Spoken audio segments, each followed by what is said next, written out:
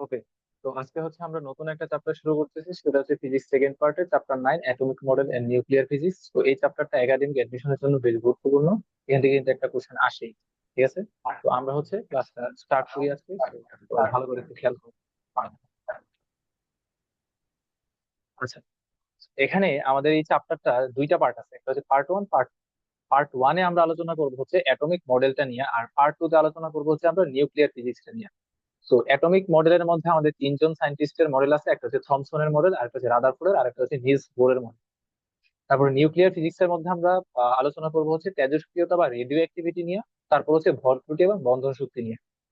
তো এখন এইচএসসি পরীক্ষার জন্য কিন্তু পার্ট 1 পার্ট 2 দুইটাই কিন্তু গুরুত্বপূর্ণ, যে কোনো একটা টপিক থেকে তোমার এক্সামের কোশ্চেনটা আসতে পারে, তো এটা কিন্তু বলা যাচ্ছে না। তবে মোস্ট ইম্পর্টেন্ট বা বেশি ইম্পর্টেন্ট হচ্ছে তোমার পার্ট 2টা, এটাই হচ্ছে সবচেয়ে বেশি ইম্পর্টেন্ট।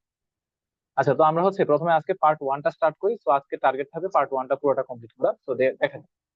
তো এই চ্যাপ্টারটা শেষ করতে আমার মোটামুটি 4টা ক্লাসের মতো লাগবে। 4টা ক্লাস হলে খুব ভালোভাবে চ্যাপ্টারটা কমপ্লিট হয়ে যাবে। তো চলো আমরা প্রথমে স্টার্ট করি পরমাণুর মডেল দিয়ে। তো পরমাণুর মডেলের মধ্যে থমসনের পরমাণু মডেলটা নিয়ে যদি একটু শর্টলি যদি আলোচনা করি, তাহলে বিজ্ঞানী থমসনের যে মডেলটা, তো থমসনের নাম তো অবশ্যই সবাই শুনছি, সেটা আমরা গুণগত রসায়নে কিন্তু খুব ভালোভাবে পড়ে আসছি। তো এই যে বিজ্ঞানী থমসন, তিনি কিন্তু সর্বপ্রথম ইলেকট্রন আবিষ্কার করছেন। এটা হচ্ছে তোমার এমসিকিউর জন্য মনে রাখা লাগবে, কত সালে আবিষ্কার করছিল? 1897 সালে। মেডিকেল অ্যাডমিশন টেস্টের জন্য এটা লাগবে। 1897 সালে বিজ্ঞানী জে থমসন হচ্ছে ইলেকট্রন আবিষ্কার করেছিলেন। আচ্ছা, তো উনি একটা মডেল প্রস্তাব দিয়েছিলেন সেই সময়, যে 1897 এর দিকে। উনি বলছিল যে পরমাণু হচ্ছে একটা, কি বলা হয়েছে দেখো, ধনাত্মক তড়িতাহিত গোলক, অর্থাৎ একটা গোলক পুরোটাই হচ্ছে ধনাত্মক চার্জের। উনি এটাকে বলছে পরমাণু। এবং বলছে এই পরমাণুর মধ্যে উনি তো হচ্ছে ইলেকট্রনটা আবিষ্কার করছিল। তো উনি বলছে কি, যে ইলেকট্রন গুলো হচ্ছে পরমাণুর মধ্যে সর্বত্র ছড়াই ছিটায় থাকবে। ওনার মডেলটা হচ্ছে অনেকটা হচ্ছে তরমুজের মতো। অর্থাৎ ওনার এই মডেলের আরেক নাম হচ্ছে তরমুজ মডেল, বা হচ্ছে প্লাম পুডিং মডেল বলা হয় আর কি এটারে। তো উনি বলছে হচ্ছে এই যে এটা যদি একটা তরমুজ হয়, এই তরমুজের লাল যে অংশগুলা ওনাকে ওইগুলাকে উনি বলছে হচ্ছে কি পজিটিভ চার্জ গুলা। আর মাঝখানে যে বিসি গুলা যেগুলো আছে, ওগুলারে বলছে উনি ইলেকট্রন হিসেবে নামকরণ করছে। যেটা পুরোটাই একটা হাইপোথিসিস ছিল আর কি, কোনো বাস্তব এক্সপেরিমেন্ট কিছুই ছিল না। উনি জাস্ট এভাবে চিন্তা করে নিছে, অ্যাজিউম করে নিছে যে এরকম কিছু একটা হইতে পারে আমার অ্যাটমের মধ্যে। তো ওইভাবে আর কি উনি ওনার মডেলটা সাজাইছে, যদিও পরবর্তীতে ওনার মডেলটা মানে এত পায় নাই আর কি, জনপ্রিয়তা পায় নাই। কারণ পরে তো হচ্ছে বড় বড় বিজ্ঞানী রাদারফোর্ড, বোর, তাদের যে মতবাদ গুলো আসছে। কিন্তু বাট 1897-এর দিকে কিন্তু থমসনের মডেলটা কিন্তু ব্যাপক সাড়া ফেলছিল, কারণ উনি প্রথম যে পরমাণু মডেল নিয়ে কথা বলছিল আর কি, যে একটা গুছানো মডেল। তো এটার মধ্যে উনি বলছিল যে যে এই যে তরমুজের মতো অনেকটা এভাবে থাকে আর কি। তো তুমি জাস্ট এই লাইনটা মনে রাখলে চলবে, যে থমসনের পরমাণু মডেলের আরেক নাম কি হতে পারে, তরমুজ মডেল, আর হচ্ছে প্লাম পুডিং মডেল। আর উনি হচ্ছে ইলেকট্রনটা আবিষ্কার করছিল কত সালে? 1897 সালে। এই দুইটা জিনিস মনে রাখলে চলবে এখানে, আর তেমন কিছু লাগবে। আচ্ছা, তো এটা গেল।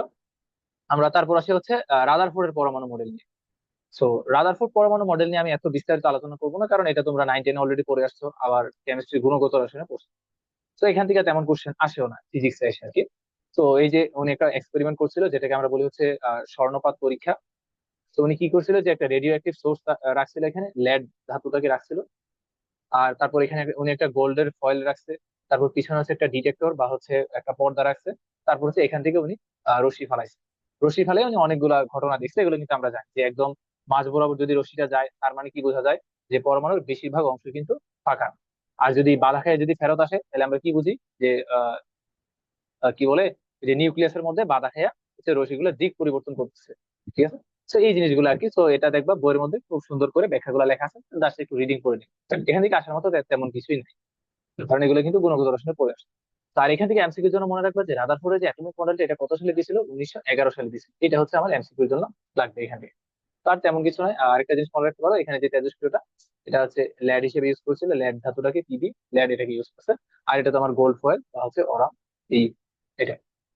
তো এখান থেকে একটু পর্যন্ত মনে রাখলে চলবে। আর হচ্ছে আবার বলতেছি, মেইন বই থেকে হচ্ছে তুমি থিওরিটা একটু পড়ে নিবা। যদিও জানো যে কাহিনী তো সব জানো, এখানে কাহিনী কি কি হয়েছে, যে শিকারযুগুলো কি কি ছিল, যদিও জানো, তা হচ্ছে আরেকটা সাজেশন থাকবে, তুমি হচ্ছে বই থেকে একবার রিডিং করে নিবে। সেটা যে কোনো রাইটারের বই হোক, একবার রিডিং করে নিবে বাংলা ভাষাগুলো। আচ্ছা, তো এখান থেকে ফিজিক্স আসার মতো তেমন কিছুই নাই। তো এরপর আসি হচ্ছে বোরের পরমাণু মডেল, ওইটা নিয়ে হচ্ছে আমাদের বেশ ভালো আলোচনা আছে। নিলস বোরের যে পরমাণু মডেল, এটা এটা বিজ্ঞানী বোর দিছিল হচ্ছে 1913 সালে। 1913 সালে দিছিল। তো মজার ব্যাপার হচ্ছে, বোর কিন্তু ছিল রাদারফোর্ডের স্টুডেন্ট। রাদারফোর্ডের একদম সরাসরি স্টুডেন্ট ছিল বোর। আচ্ছা, তো বোরের পরমাণু মডেলের মধ্যে তিনটা স্বীকার্য আছে। তো এটা নিয়ে হচ্ছে আমাদের এখানে বিস্তারিত আলোচনা, এখানে অনেকগুলো ম্যাথ আছে, ম্যাথ গুলো সলভ করবো। ডিরাইভেশন আছে, ওগুলো দেখবো।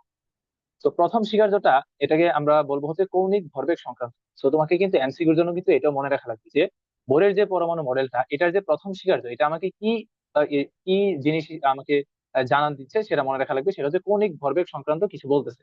এটা এমসিকিউর জন্য লাগবে যে প্রথম স্বীকার্য আসলে কি বলতেছে, সেটা কৌণিক ভরবেগ নিয়ে বলতেছে। আচ্ছা, তো এটাও কিন্তু আর থাকতে পারে যে কৌণিক ভরবেগ সংক্রান্ত যে তার স্বীকার্যটা ছিল সেটার বিবৃতিটা কি, যে কোনো স্থায়ী কক্ষপথে আবর্তনকালে ইলেকট্রনের মোট কৌণিক ভরবেগ h/2s পাই এর পূর্ণ সংখ্যার গুণিতক হবে।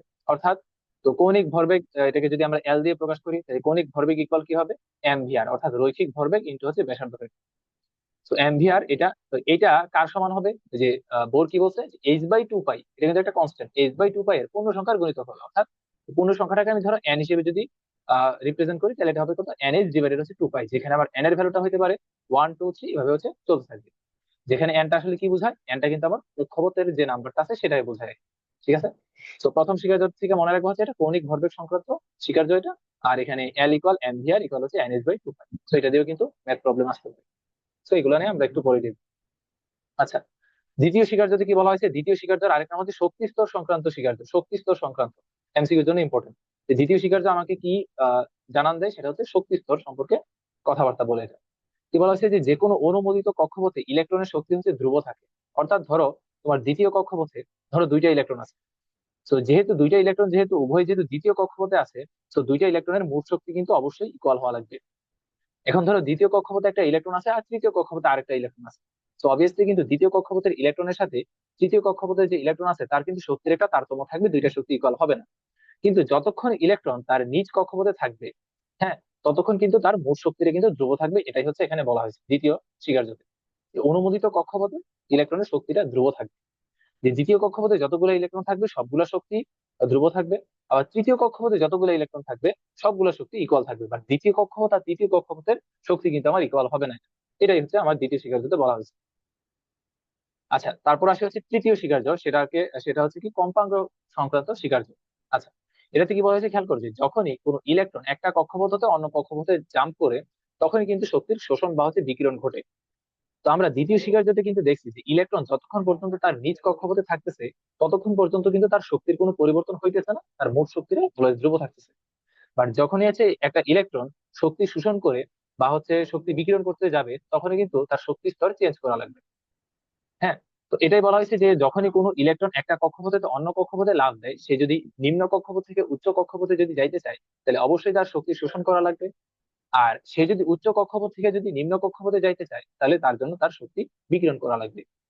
তো এই শোষিত বা বিকিরিত শক্তির যে পরিমাণটা, সেটা আমরা তৃতীয় স্বীকার্য থেকে পাই, সেটা হচ্ছে ই আপার মাইনাস হচ্ছে ই লোয়ার ইকুয়াল হচ্ছে এইচ। তো ই আপারটা মানে কি, উচ্চ কক্ষপথের মোট শক্তিটা, আর ই লোয়ারটা মানে হচ্ছে নিম্ন কক্ষপথের মোট শক্তিটা। তো উচ্চ কক্ষপথ আর নিম্ন কক্ষপথের যে শক্তির ব্যবধানটা, সেটা কি হবে, এইচ এফ এর সমান হবে, বা এটাকে বলতে পারো hc/λ, এটা বলতে পারো। তো এই ছিল যে বোরের পরমাণু মডেলের আমাদের তিনটে স্বীকার্য। তো তিনটে স্বীকার্যের নামগুলো মনে রাখা লাগবে, বিবৃতি গুলো তো অবশ্যই মনে রাখা লাগবে, ইকুয়েশন গুলো মনে রাখা লাগবে। তো এটা হচ্ছে আমাদের ফিজিক্স এর জন্য বেশ গুরুত্বপূর্ণ একটা জিনিস। আচ্ছা, এটা হলো ভাইয়া, হ্যাঁ, বলো। দেখ কেমিস্ট্রিতে তো আমাদের এই যে শক্তি স্তর সংক্রান্ত যেটা ছিল এটা প্রথম স্বীকার্য ছিল না? কেমিস্ট্রিতে কি ছিল ওটা আমি ভুলে গেছি। তো যেটাই থাকুক, তো ফিজিক্স এর যদি কোশ্চেন আসে, ধরো মেডিকেল অ্যাডমিশন টেস্টে যদি আসে, তাহলে কিন্তু অবশ্যই তোমার এভাবে আনসার করা লাগবে। কারণ এই জিনিসটা আমি হুবহু ইসাক স্যারের বই থেকে নিচ্ছি। হ্যাঁ। Okay. জি ভাইয়া। আচ্ছা, তারপর হচ্ছে এরপর আসি। দেখো, এরপর আমি প্রমাণগুলো হাতে হাতে করে দিচ্ছি না, আমি এর জন্য আগে আগে থেকে তুলে রাখছি। জাস্ট সিম্পল প্রমাণ আমি এখান থেকে জাস্ট একটু বুঝাই দিচ্ছি, কারণ হাতে হাতে দেখাইতে গেলে সোজাই সমান হবে। আচ্ছা, তো ধরো এখানে হচ্ছে, এটা হচ্ছে নিউক্লিয়াস, নিউক্লিয়াস থেকে একটা নির্দিষ্ট দূরত্ব হচ্ছে ইলেকট্রন তার কক্ষপথে ঘুরতেছে। তো এটা হচ্ছে আমার সেই নিউক্লিয়াসটা। আর এটা ধরো হচ্ছে এখানে একটা ইলেকট্রন আছে, যার অবশ্যই একটা ভর থাকবে, সেটাকে আমরা এম বললাম। আর এটার যে রেডিয়াসটা, সেটাকে ধরো আমি স্মল আর হিসেবে নাম দিলাম। এখন বোর মডেল অনুসারে পরমাণুর ব্যাসার্ধ, বেগ এবং শক্তির রাশিমালা, এগুলো একটু দেখবো। দেখো যে এই ইলেকট্রনটা যদি সুন্দরভাবে যদি তার চারপাশে যদি ঘুরতে চায়, তাহলে অবশ্যই তার কেন্দ্রের দিকের লব্ধি বল আর তার কেন্দ্রের আহ বিমুখী বল, বা হচ্ছে কি কেন্দ্রের যে লব্ধি বলটা আছে তার উল্টা দিকে যে ছোট ফোর্সটা কাজ করে, বা কেন্দ্র বিমুখী বল হিসেবে যেটা আমি জানি, সেটা কিন্তু ইকুয়াল হওয়া লাগবে। তো দেখো, আমরা কিন্তু বলছিলাম যে কেন্দ্রমুখী বল কিন্তু নিজে নিজে উৎপত্তি হতে পারে না, অন্য কাউকে হচ্ছে তার যোগান দেওয়া লাগে। তো এইখানে তার কেন্দ্রমুখী বলটার যোগান দিচ্ছে কে, এই যে নিউক্লিয়াস আর হচ্ছে ইলেকট্রনের যে আকর্ষণ বল বা কুলম্ব বল, সেটা কিন্তু আমার এখানে কেন্দ্রমুখী বলের যোগান দিচ্ছে। তো আমি এখান থেকে বলতে পারি যে এফ সি ইকুয়াল হচ্ছে এফ সিপি, অর্থাৎ কেন্দ্রের দিকে লব্ধি বল ইকুয়াল হচ্ছে কেন্দ্র বিমুখী বল। তো কেন্দ্রের দিকে লব্ধি বলটা কি, এখানে হচ্ছে কুলম্বের ফোর্স, সেটা কত 1/4πε0 ইন্টু হচ্ছে জেডি ইন্টু হচ্ছে ই। তো দেখো যে আমি যদি বলি যে নিউক্লিয়াসে কত সংখ্যক কি বলে চার্জ থাকবে। তো দেখো এইটার এই যে এখানে যে ইলেকট্রনটা আছে তার চার্জ যদি হয় ই, ভিতরে যে প্রোটন যে আছে, নিউট্রনের তো চার্জ নাই, ভিতরে যে প্রোটনটা যে আছে তার চার্জের ভ্যালু কত, তার চার্জের ভ্যালু কিন্তু ই, বাট একটা প্লাস আর একটা মাইনাস আছে, বাট ভ্যালু যদি চিন্তা করি সেক্ষেত্রে কিন্তু প্রোটন আর ইলেকট্রনের চার্জ কিন্তু সেম। তো প্রোটনের চার্জ যদি ই হয়, তো ভিতরে বা নিউক্লিয়াসের মধ্যে কত সংখ্যক প্রোটন থাকে, পারমাণবিক সংখ্যার সমান সংখ্যক প্রোটন থাকে। তার মানে জেড সংখ্যক যদি প্রোটন থাকে, তাহলে জেড সংখ্যক প্রোটনের চার্জ তাহলে কত হবে, জেডই হবে। কিন্তু এজন্য আমি এখানে বসাইছি হচ্ছে জেডই, এটা হচ্ছে প্রোটনের চার্জ গুলা, যে ভিতরে কত সংখ্যক প্রোটন আছে সেটার চার্জ হচ্ছে কত, জেড ই। ই হচ্ছে একটা প্রোটনের চার্জ, আর জেড হচ্ছে কতগুলা প্রোটন আছে, পারমাণবিক সংখ্যার সমান সংখ্যক প্রোটন আছে এখানে। আর ডিভাইড হচ্ছে কি তাদের দূরত্বের এই যে বর্গটা, এটা ইকুয়াল। আর এটা হচ্ছে কেন্দ্র বিমুখী যে বলটা, সেটা কত, এম ভি স্কোয়ার ডিভাইড হচ্ছে আর, যেখানে ভিটা কি ইলেকট্রনের টেনজেনশিয়াল ভ্যালোসিটি, হচ্ছে তার যে স্পর্শক বরাবর যে ব্যাগটা সেটা কিন্তু তার ভি, এটা হচ্ছে ইলেকট্রনের টেনজেনশিয়াল ভ্যালোসিটি। আচ্ছা, তো এটা দেখলাম। তারপর এখান থেকে দেখো এখানে একটু কাটাকাটি করছি, কাটাকাটি করার পর আমরা এরকম একটা জিনিস পাইলাম। কাটাকাটি করছি কি, না কাটাকাটি করে নাই, হচ্ছে সাইড চেঞ্জ করছি আর কি, সাইড চেঞ্জ করে আমরা এরকম একটা জিনিস পাইলাম।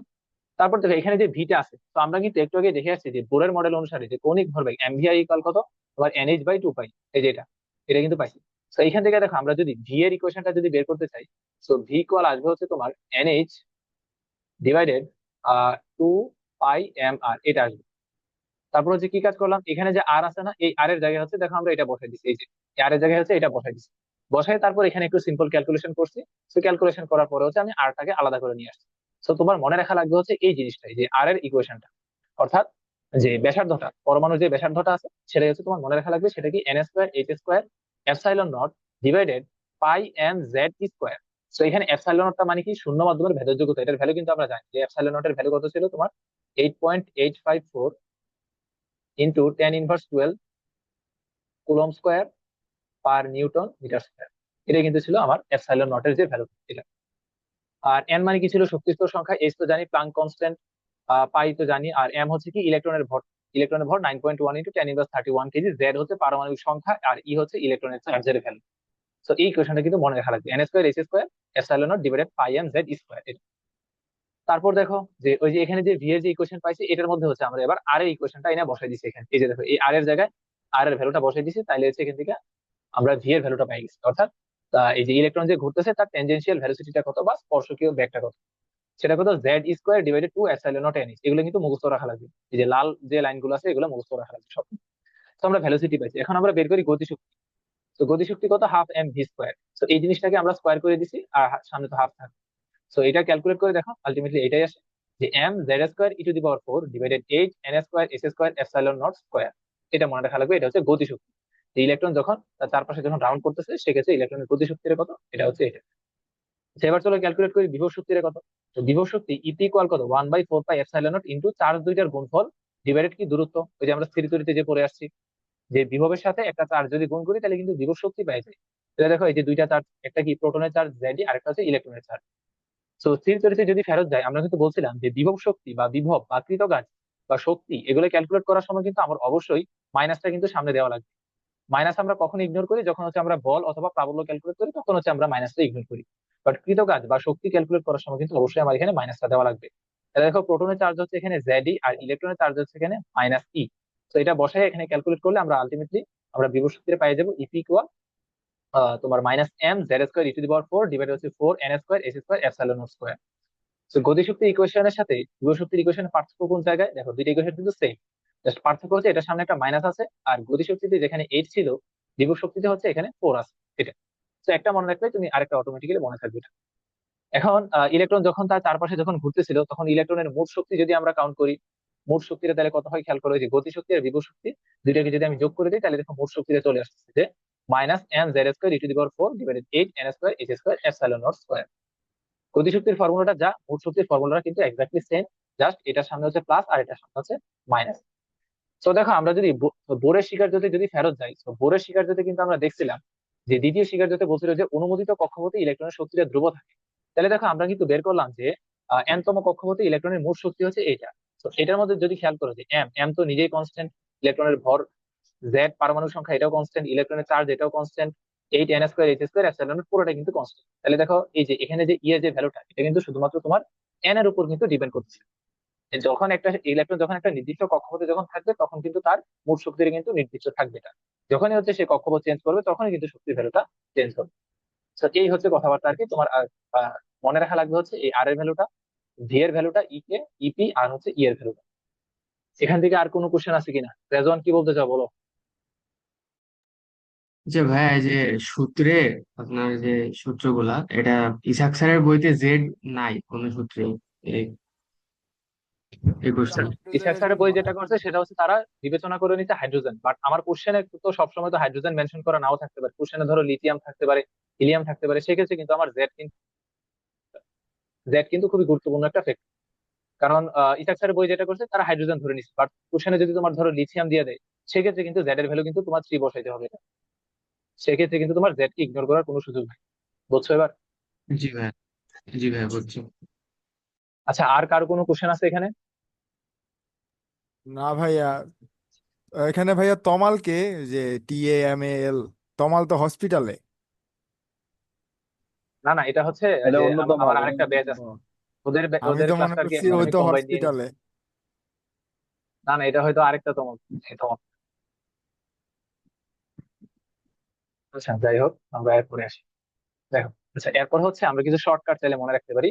সেটা হচ্ছে দেখো যে আর এন ইকুয়াল অর্থাৎ এন তম কক্ষপথের ব্যাসার্ধ 0.53 ইন্টু এন স্কোয়ার ডিভাইডেড হচ্ছে জেড, যাতে আমরা অ্যাংস্ট্রম এককে ক্যালকুলেট করতে পারি। এটা জাস্ট মনে রাখো তুমি এমসিকিউর জন্য, কখনো সিকিউতে অ্যাপ্লাই করবে কারণ নাম্বার পাবে না, কিন্তু সিকিউতে অ্যাপ্লাই করবে।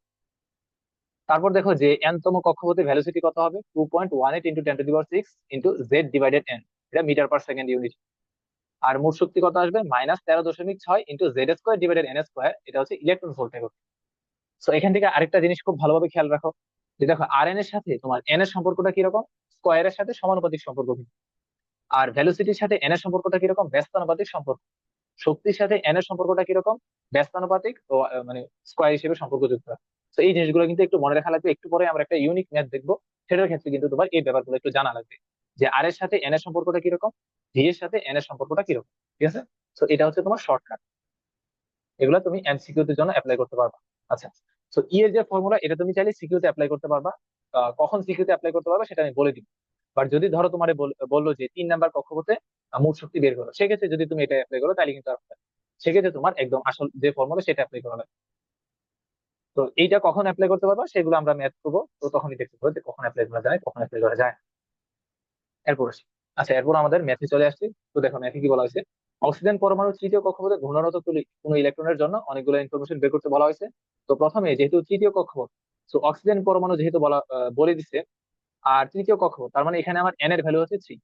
তো এন এর ভ্যালু 3, তাহলে কক্ষপথের ব্যাসার্ধ এটা আমার করে দেওয়ার দরকার নেই, তুমি সরাসরি ইকুয়েশনে বসাইবা, আনসার বের করবা, শেষ।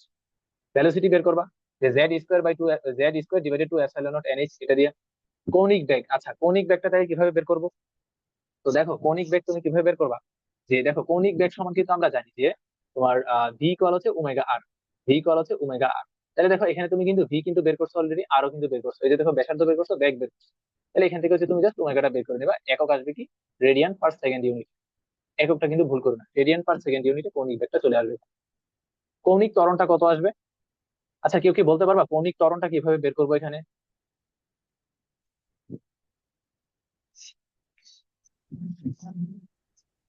বলা যায়? ভাইয়া, সময় সাপেক্ষে কিছু করতে হবে, ডিফারেন্সিয়েট। আচ্ছা দেখো এখানে দেখো যে সো দেখো আমরা আমরা কিন্তু দেখছিলাম যে ভ্যালোসিটির যে ভ্যালুটা সেটা কিন্তু কনস্ট্যান্ট। ভ্যালোসিটির যে ভ্যালুটা সেটা কিন্তু কনস্ট্যান্ট, কারণ দেখো তোমার ভ্যালোসিটিটা আসলে ডিপেন্ড করতেছে কার কার উপর, ওই ভ্যালোসিটি কই, এই যে দেখো ভ্যালোসিটি কিন্তু ডিপেন্ড করতেছে শুধুমাত্র এন এর উপর। হ্যাঁ, এন এর উপর কিন্তু জাস্ট ডিপেন্ড করতেছে ভ্যালোসিটিটা। তো আমার এনটা যদি ফিক্সড থাকে অর্থাৎ 3 নাম্বার কক্ষপথে যদি হয়, তাহলে 3 নাম্বার কক্ষপথের পুরোটা সবগুলো পয়েন্টে কিন্তু অর্থাৎ পরিধির উপর সবগুলো পয়েন্টে কিন্তু টেনজেনশিয়াল ভ্যালোসিটির মানটা কিন্তু সেম থাকবে। ডিরেকশন হয়তো বা প্রতি মুহূর্তে চেঞ্জ হইতেছে, বাট মানটা কিন্তু সেম থাকবে। সো ভ্যালোসিটি যদি এখানে সেম থাকে, রেডিয়াসটা তো অলরেডি সেম থাকবে, তার মানে কি আমার ওমেগাটা কি এখানে কিন্তু কনস্ট্যান্ট হিসেবে থাকবে। ওমেগার ভ্যালু কিন্তু চেঞ্জ হবে না, তার মানে ওমেগা যেটা পাইছি এটা কিন্তু একটা কনস্ট্যান্ট ভ্যালু পাইছি। তাহলে এবার দেখো তো যে কৌণিক ত্বরণ মানে কি আসলে, আমরা কিন্তু নিউটনের মেকানিক্সে পড়ে আসছি যে কৌণিক ত্বরণ এটাকে যদি আমরা আলফা দিয়ে প্রকাশ করি, যে কৌণিক ত্বরণ মানে কি ছিল যে সময়ের সাপেক্ষে কৌণিক বেগের পরিবর্তন, সময় সাপেক্ষে কৌণিক বেগের পরিবর্তন। বাট আমি আমি এখন কি দেখতেছি, একটা ইলেকট্রন যখন কক্ষপথে যখন রাউন্ড করতেছে সেক্ষেত্রে তার কৌণিক যে বেগটা সেটা কিন্তু কনস্ট্যান্ট। তার মানে সময় সাপেক্ষে একটা কনস্ট্যান্ট ডিফারেন্সিয়েশন আসলে কত আসবে, জিরো আসবে। তার মানে এটা মনে রাখবা যে একটা ইলেকট্রন যখন তার কক্ষপথে ঘুরতে থাকে সেক্ষেত্রে তার কৌণিক ত্বরণ যেটা সেটা কিন্তু হয় জিরো। এই যে কৌণিক ত্বরণটা হবে কিন্তু জিরো, এটা মনে রাখা লাগবে এখান থেকে। খুব গুরুত্বপূর্ণ জিনিস, এমসিকিউ তে দিতে পারে। আচ্ছা, কৌণিক ত্বরণ হবে জিরো। আচ্ছা, তারপর আসি রৈখিক ভরবেগ। তো রৈখিক ভরবেগ তুমি কিভাবে বের করবা? যে রৈখিক ভরবেগ কি ইকুয়াল হচ্ছে তোমার এমভি, যে ইলেকট্রনের ভর আর ইলেকট্রনের যে ট্যানজেনশিয়াল ভেলোসিটি সেটা গুণ করলে তুমি রৈখিক ভরবেগটা পাই যাবে। কৌণিক ভরবেগ কিভাবে বের করবা? তো কৌণিক ভরবেগের ফর্মুলাই তো আছে যে তোমার এনএইচ বাই হচ্ছে 2 পাই, এনএইচ ডিভাইড হচ্ছে 2 পাই, যেখানে এন এর ভ্যালু তুমি 3 বসাই দাও তাহলে তোমার কৌণিক ভরবেগটা চলে আসবে। আচ্ছা, কৌণিক ভরবেগের এককটা কিসে আসবে? একক কিন্তু আমরা জানি সেটা আসবে হচ্ছে তোমার কেজি মিটার, আচ্ছা কেজি মিটার পার সেকেন্ড। কৌণিক ভরবেগের একক যেন কি ছিল আমার নিজেরই তো মনে নাই, যা দাঁড়াও বের করি। যে কৌণিক ভরবেগ মানে কি ছিল, রৈখিক ভরবেগ ইন্টু হচ্ছে আর। সো রৈখিক ভরবেগ কি ছিল, কেজি মিটার পার সেকেন্ড, আর আরেকটা আছে, হ্যাঁ। তাহলে এটা এককটা হবে KG metre square per second, এটা হবে আমার কৌণিক ভরবেগের একক। এটা হচ্ছে কৌণিক ভরবেগের একক। আচ্ছা, তারপর বের করতে বলছে কম্পাঙ্ক। আচ্ছা, কম্পাঙ্ক তাহলে কিভাবে বের করবো? আমরা কিন্তু জানি যে ওমেগা ইকুয়াল হচ্ছে তোমার 2 পাই এফ, এটা নিউটনের মেকানিক্স আমরা দেখে আসছি। তাহলে এখান থেকে তুমি কম্পাঙ্ক বের করে ফেলো, এটা আসবে হচ্ছে ওমেগা ডিভাইড হচ্ছে 2 পাই। একক কি আসবে? একক আসবে হচ্ছে হার্টজ বা হচ্ছে পার সেকেন্ড একক, বা হচ্ছে পার সেকেন্ড, এই এককে আসবে হচ্ছে তোমার কম্পাঙ্ক। তারপর বের করতে বলছে পর্যায়কাল। তো পর্যায়কাল কিভাবে বের করবা? টি ইকুয়াল হচ্ছে 1/f, এটা করলে কিন্তু পর্যায়কালটা চলে আসে। আচ্ছা, কেন্দ্রমুখী ত্বরণ। কেন্দ্রমুখী ত্বরণ কিভাবে বের করবা? কেন্দ্রমুখী বল কিন্তু আমরা জানি সেটা কত, এম ভি স্কোয়ার ডিভাইড হচ্ছে আর, এটা হচ্ছে কেন্দ্রমুখী বল। তো কেন্দ্রমুখী বলকে যদি তুমি একটা ভর দিয়ে যদি ইলেকট্রনের ভর দিয়ে যদি ডিভাইড করে দাও তাহলে কিন্তু তুমি কেন্দ্রমুখী ত্বরণটা পাই দেবা। তো কেন্দ্রমুখী ত্বরণকে যদি ভর দিয়ে যদি সরি কেন্দ্রমুখী বলকে যদি ভর দিয়ে ডিভাইড করি তাহলে দেখো এমটা কিন্তু চলে যাবে। তাহলে তুমি কেন্দ্রমুখী ত্বরণের ইকুয়েশন পাইবা হচ্ছে ভি স্কোয়ার ডিভাইড হচ্ছে আর। এটা এটা হচ্ছে কেন্দ্রমুখী ত্বরণ। সো ভি এর ভ্যালু তো তুমি পাইছো অলরেডি এখানে, ব্যাসার্ধ তো পাইছো, তাহলে তুমি কেন্দ্রমুখী ত্বরণ বের করতে পারবে ভি স্কোয়ার ডিভাইডেড আর দিয়ে। আচ্ছা, এবার বের করতে বলছে কেন্দ্রমুখী বলের মান। তাহলে তো সিম্পল, এই যে কেন্দ্রমুখী বল হচ্ছে এটা এম ভি স্কোয়ার ডিভাইডেড আর এটা। তাহলে আমার 1 নাম্বার কোশ্চেন এটা সিম্পল এমসিকিউ টাইপের জিনিস ছিল। 2 নাম্বারে আসে। 2 নাম্বারে বলা হয়েছে ইলেকট্রনটা যদি তৃতীয় কক্ষপথ থেকে দ্বিতীয় কক্ষপথে আসে তবে বিকিরিত শক্তি, তরঙ্গ দৈর্ঘ্য, কম্পাঙ্ক কত হবে? এটা হচ্ছে গুরুত্বপূর্ণ, এটা হচ্ছে সিকিউ টাইপের প্রবলেম, এইচএসসি আসে আর অ্যাডমিশন টেস্টে আসে আসে। সো দেখো বি নাম্বার প্রবলেমটার জন্য বলা হয়েছে ইলেকট্রন তৃতীয় কক্ষপথ থেকে দ্বিতীয় কক্ষপথে আসে। সো আমরা যদি বোরের মডেলে যদি একটু ফেরত যাই, তো বোরের যে 3 নাম্বার যে স্বীকার্যটা ছিল সেটা দেখো, ইকুয়েশন পাইছিলাম কি, ই আপার মাইনাস ই লোয়ার ইকুয়াল হচ্ছে এইচ এফ। তো এই ফর্মুলাটাই হচ্ছে আমরা এখানে অ্যাপ্লাই করবো, যে ই আপার মাইনাস হচ্ছে ই লোয়ার। দেখো ই আপার মাইনাস ই লোয়ার ইকুয়াল হচ্ছে, ধরো এটা ধরো আমি ডেল্টা ই বললাম, যে এক কক্ষপথ থেকে আরেক কক্ষপথে যদি জাম্প করে তাহলে শক্তি কি পরিমাণ হয় সেটা। তো এখন দেখো, এখন কিন্তু আমি চাইলে শর্টকাট অ্যাপ্লাই করতে পারবো, কারণ এখানে কিন্তু আমার একদম মানে এই যে 3 নাম্বার কক্ষপথে মোট শক্তি কত এরকম কিন্তু কিছু জানতে চাই না, জানতে চাইছে হচ্ছে এক কক্ষপথ থেকে আরেক কক্ষপথে যদি শিফট হয় সেক্ষেত্রে হচ্ছে আমার কাহিনী কি সেটাই জানতে চাই। তো এরকম কেসে হচ্ছে তুমি শর্টকাট অ্যাপ্লাই করতে পারো, যখন তুমি দুইটা শক্তির পার্থক্য করবা তখন হচ্ছে তুমি চাইলে শর্টকাট অ্যাপ্লাই করতে পারবে। আচ্ছা, তো এখানে তোমার বের করতে বলতে হচ্ছে তৃতীয় কক্ষপথ থেকে দ্বিতীয় কক্ষ, তার মানে তোমার তৃতীয় কক্ষপথটা হচ্ছে এখানে আপার আর দ্বিতীয় কক্ষপথটা হচ্ছে এখানে লোয়ার এল। আচ্ছা, এই এল মানে কিন্তু আবার কৌণিক ভরবেগ বুঝো, এটা বুঝাইছে হচ্ছে লোয়ার, লোয়ারটা আর কি, এল হচ্ছে ইয়ার লোয়ার। এটা তো দেখো এখন ই আপারের জন্য যদি আমি ক্যালকুলেট করি তাহলে আমার শক্তিটা তাহলে কি আসবে, যে আমরা কিন্তু দেখছিলাম -13.6 into Z square divided N square, এটাই তো ছিল এই যে Z square divided N square. So 3 number কক্ষপথের জন্য জেড, জেড বসাই এখানে, জেড স্কোয়ার ডিভাইডেড হচ্ছে এন স্কোয়ার, আচ্ছা এন স্কোয়ার বসাই, এখানের মাইনাস আর সূত্রের মাইনাস দুইটা কি হয়ে যাবে, প্লাস হয়ে যাবে। বাকি থাকবে হচ্ছে এখানে 13.6 into Z square divided N two square, N two square, N two মানে হচ্ছে 2 নাম্বার কক্ষপথ আর কি, ইকুয়াল হচ্ছে ডেল্টা ই। হ্যাঁ, ডেল্টা ই। তো এখান থেকে হচ্ছে তুমি ডেল্টা ই ক্যালকুলেট করো। তো এখন দেখো যে এটা কি আমার কি অক্সিজেন পরমাণুর কথা কিন্তু বলা হয়েছে, তো অক্সিজেন পরমাণু যদি হয় তো জেড এর ভ্যালু কত হবে, অবশ্যই কিন্তু এখানে 8 হবে, কারণ অক্সিজেনের যে পারমাণবিক সংখ্যা সেটা কিন্তু 8। তো এখানে তুমি জেড এর জায়গায় কত বসাবে, 8 বসাই। এখানে এন এন সি এর জায়গায় কত বসাবে, 3 বসাইবা, এন টু এর জায়গায় কত বসাবে, 2 বসাইবা, আর জেড এর জায়গায় এখানে 8 বসাইবা।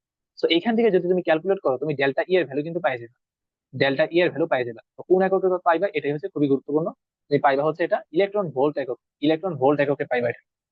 তাই এরপর কি কাজ করবে, তুমি ইলেকট্রন ভোল্ট থেকে হচ্ছে এটা জুলে কনভার্ট করে নিবে। তো ইলেকট্রন ভোল্ট থেকে জুলে কিভাবে কনভার্ট করে, আমরা কিন্তু জানি যে 1 ইলেকট্রন ভোল্ট ইকুয়াল হচ্ছে তোমার 1.6 ইন্টু 10 ইনভার্স 19 জুল। সো আমি ডেল্টা এটা বের করে ফেলবো। এখন আমাকে বের করতে বলছে কি, যে তবে বিকিরিত শক্তিটা তাহলে কত আসবে, এই যে এটা হচ্ছে তার বিকিরিত শক্তি ডেল্টা ই, বিকিরিত শক্তি। আচ্ছা, আহ তার তরঙ্গ দৈর্ঘ্য এবং কম্পাঙ্ক বের করতে বলা হয়েছে। তো আমরা কিন্তু অলরেডি বিকিরিত শক্তিটা কিন্তু বের করে ফেলছি, সেটা কি আমাদের ডেল্টা ই। তো এখন তোমাকে বের করা লাগবে তরঙ্গ দৈর্ঘ্য কত আর কম্পাঙ্ক কত। তো ডেল্টা ই ইকুয়াল, এবার সূত্র অ্যাপ্লাই করো এইচ এফ। তো এখান থেকে হচ্ছে তুমি এফ এর ভ্যালুটা বের করে ফেলো। যে যখন ইলেকট্রন জাম্প করবে তখন কত ফ্রিকোয়েন্সিতে সে জাম্প করবে সেটা আমরা বের করে ফেলাম কম্পাঙ্ক।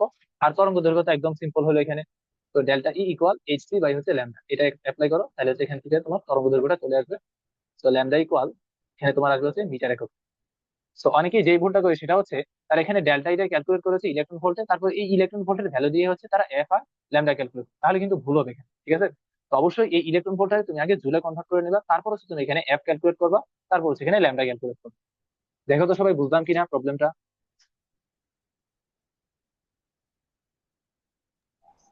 বুঝছি ভাইয়া। জি ভাইয়া। তারপর আসি তাহলে আহ, হ্যাঁ, এটা খুব ভালো কোশ্চেন একটা। দেখো কি বলা হয়েছে, এখন বলা হয়েছে এখানে হাইড্রোজেন পরমাণু ইলেকট্রন উত্তেজিত অবস্থা হতে নিম্নতর শক্তি স্তরে আসলে যে ফোটন নির্গত করে তার তরঙ্গ দৈর্ঘ্য কত হবে। উত্তেজিত স্তরের শক্তি হতো নিম্নতর স্তরের শক্তি হতো। তাহলে এটা এটা সিম্পল, এটা তোমার কোশ্চেনে দেওয়া আছে। তাহলে আমরা জানি হচ্ছে ই আপার মাইনাস ই লোয়ার ইকুয়াল হচ্ছে তোমার ডেল্টা ই, ডেল্টা ই। তো দেখো এখানে ই আপারের শক্তি তোমার এখানে বলেই দিছে অলরেডি, উত্তেজিত স্তরের শক্তি কত, -3.4 ইলেকট্রন ভোল্ট। উত্তেজিত স্তর মানে হচ্ছে তোমার আপারটা দেওয়া আছে, আর নিম্নতর স্তর দেওয়া আছে কত, -13.6। তো এখানে মাইনাস মাইনাস প্লাস হয়ে যাবে। তো এখানে থাকবে হচ্ছে 13.6 ইলেকট্রন ভোল্ট, এটা কি তোমার ডেল্টা ই এর যে ভ্যালুটা।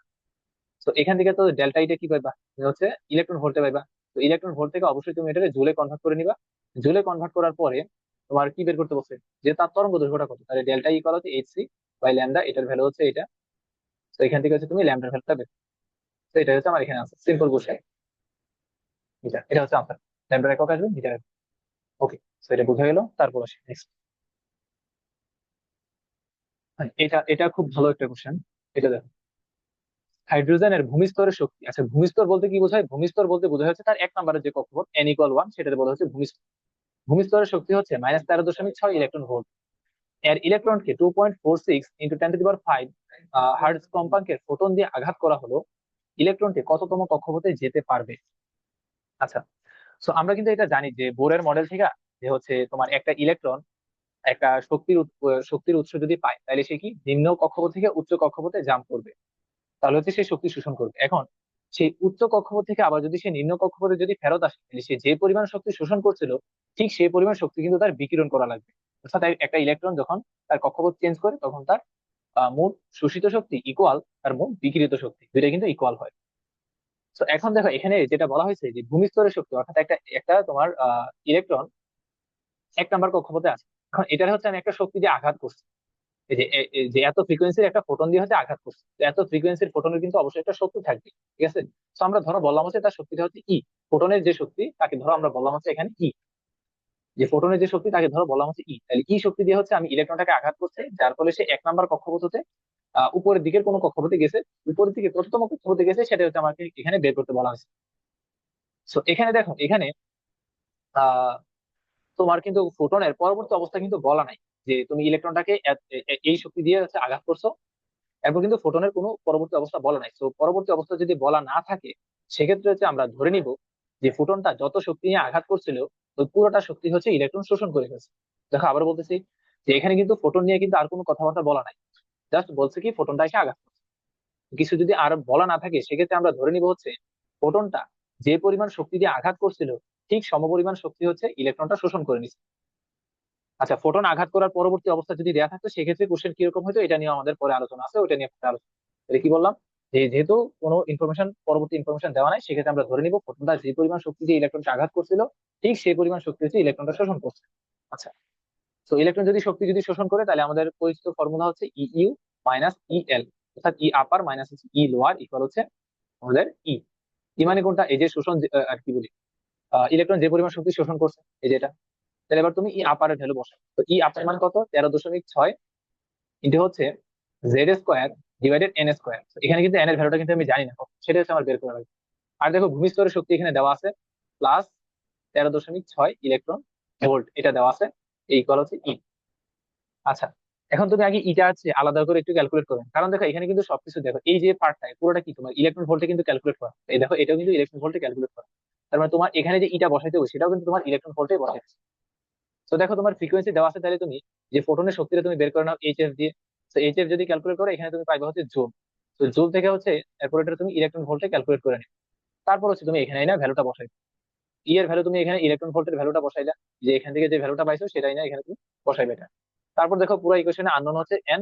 সো এন এর ভ্যালু এখানে ক্যালকুলেট করবা, এন এর ভ্যালু সম্ভবত 2 আসে, অর্থাৎ এখানে 2 জন আসে। এই হচ্ছে এটার আনসার। খুবই গুরুত্বপূর্ণ কোশ্চেন অ্যাডমিশন টেস্টের জন্য। দেখো বুঝা গেল কি এটা? ভাইয়া একাডেমিকেও কি এরকম ইয়া করতে পারবো, এই যে 13.6 শর্টকাট, পুরা সূত্র না হ্যাঁ লেখা? হ্যাঁ হ্যাঁ হ্যাঁ, যদি পার্থক্য যদি লেখো সেক্ষেত্রে তুমি এই শর্টকাটটা তুমি অ্যাপ্লাই করতে পারবে। আর ধরো তোমাকে কোশ্চেনেই বললো যে যে 4 নাম্বার কক্ষপথের মোট শক্তি কত, সেক্ষেত্রে কিন্তু যদি তুমি শর্টকাট অ্যাপ্লাই করো সেক্ষেত্রে কিন্তু তুমি 0 পাবে। বুঝছি। আচ্ছা, সো এটা গেল। তারপর আসি নেক্সট প্রবলেম। নেক্সট প্রবলেম হচ্ছে এই যে এটা।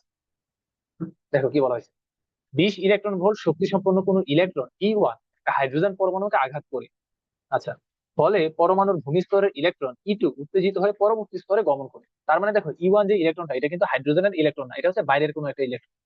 সে হচ্ছে 20 ইলেকট্রন ভোল্ট শক্তি নিয়ে হচ্ছে হাইড্রোজেনের ইলেকট্রনকে আঘাত করছে, যার ফলে হাইড্রোজেন পরমাণুর ভূমিস্তরের যে ইলেকট্রন E2 ছিল সেটা উত্তেজিত হয়ে পরবর্তী স্তরে গমন করে।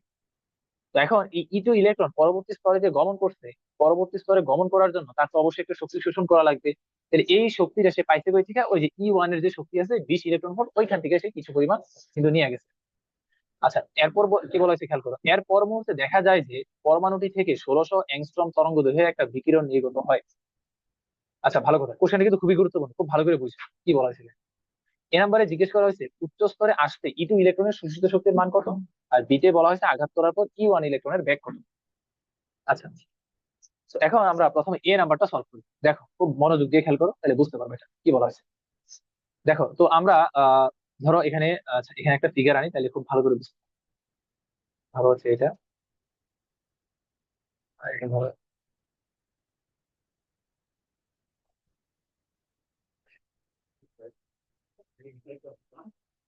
আচ্ছা, সো ধরো আমি বললাম হচ্ছে ইলেকট্রনটা যখন হচ্ছে আমার এখানে থাকবে, হ্যাঁ এটাকে ধরো আমি বললাম হচ্ছে n=1 বললাম। আর এটা ধরো আমি n তম বললাম, যে কততম এটা আমি জানি না, আমি বললাম হচ্ছে n।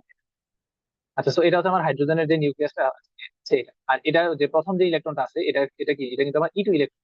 আর বাইরে থেকে একটা ইলেকট্রন আইসা E1, সে কিন্তু আইসা আমার হাইড্রোজেন অ্যাটমকে আঘাত করছে, যার ফলে এই E2 ইলেকট্রনটা নিম্ন কক্ষপথ থেকে উচ্চ কক্ষপথে জাম্প করছে।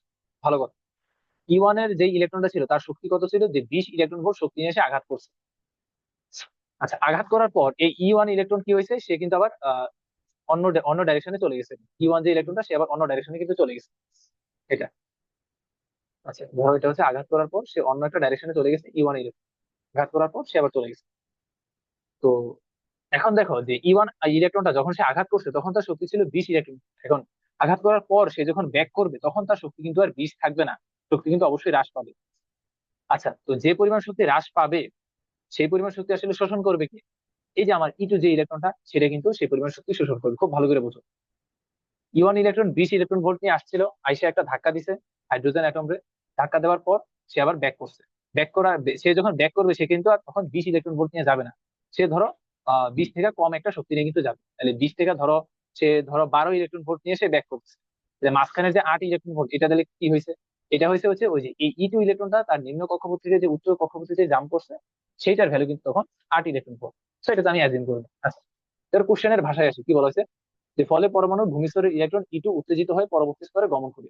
এর পর মুহূর্তে দেখা যায় যে পরমাণুটি থেকে 1600 অ্যাংস্ট্রম তরঙ্গ দৈর্ঘ্যের একটা বিকিরণ নির্গত হয়। তাহলে খেয়াল করো তো, যে বিকিরণ যেটা তৈরি হয়েছে এই বিকিরণের পিছনে দায়ী আসলে কোন ইলেকট্রনটা? বিকিরণের পিছনে দায়ী কিন্তু তোমার E2 যে ইলেকট্রন সেটা। কারণ দেখো E2 ইলেকট্রন শক্তি শোষণ করে নিচ থেকে উপরের দিকে আসছে।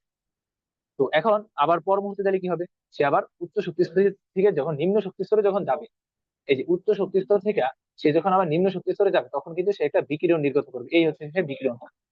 এই বিকিরণের তরঙ্গ দৈর্ঘ্য আমার দেওয়া আছে 1600 অ্যাংস্ট্রম তরঙ্গ দৈর্ঘ্য। তো বিকিরণের তরঙ্গ দৈর্ঘ্য যেহেতু দেওয়া আছে, আমি কিন্তু বিকিরণটার শক্তিটা বের করতে পারবো। ঠিক আছে, যে আমার কত শক্তির বিকিরণটা হয়েছে কোন সূত্র দিয়ে বের করতে পারবো, hc/λ দিয়ে কিন্তু আমি বিকিরিত শক্তিটা বের করতে পারবো। তো এখন আমাকে বের করতে বলছে উচ্চ স্তরে আসতে E2 ইলেকট্রনের শোষিত শক্তির মান কত। তো আমরা কিন্তু একটু আগেই বলে আসছিলাম যে একটা ইলেকট্রন যদি তার কক্ষপথ যদি চেঞ্জ করে, তাহলে সে ঠিক যে পরিমাণ শক্তি শোষণ করে ঠিক সেম অ্যামাউন্টের শক্তি কিন্তু তার বিকিরণ করা লাগে।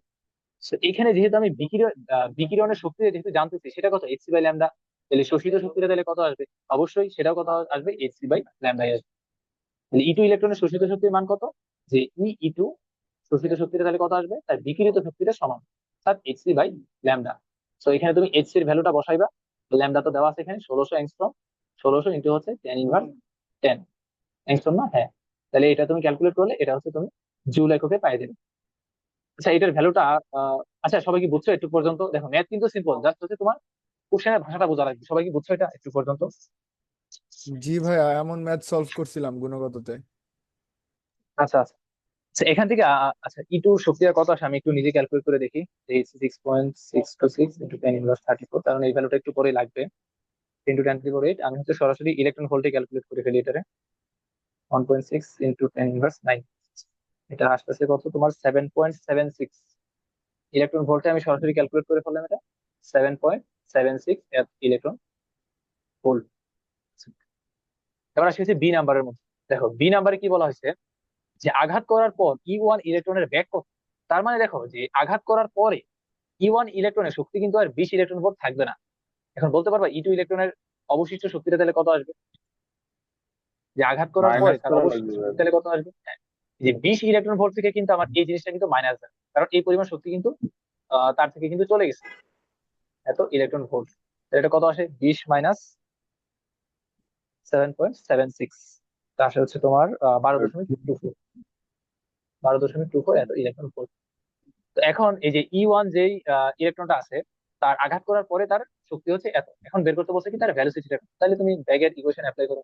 তাহলে তোমার half M V square equal হচ্ছে 12.24। এবার কিন্তু ইলেকট্রন ভোল্ট থেকে তাকে জুলে কনভার্ট করা লাগবে, 1.6 × 10⁻90। সেখানে তুমি এম এর ভ্যালু বসাও, 9.1 ইন্টু হচ্ছে 10⁻31 কেজি।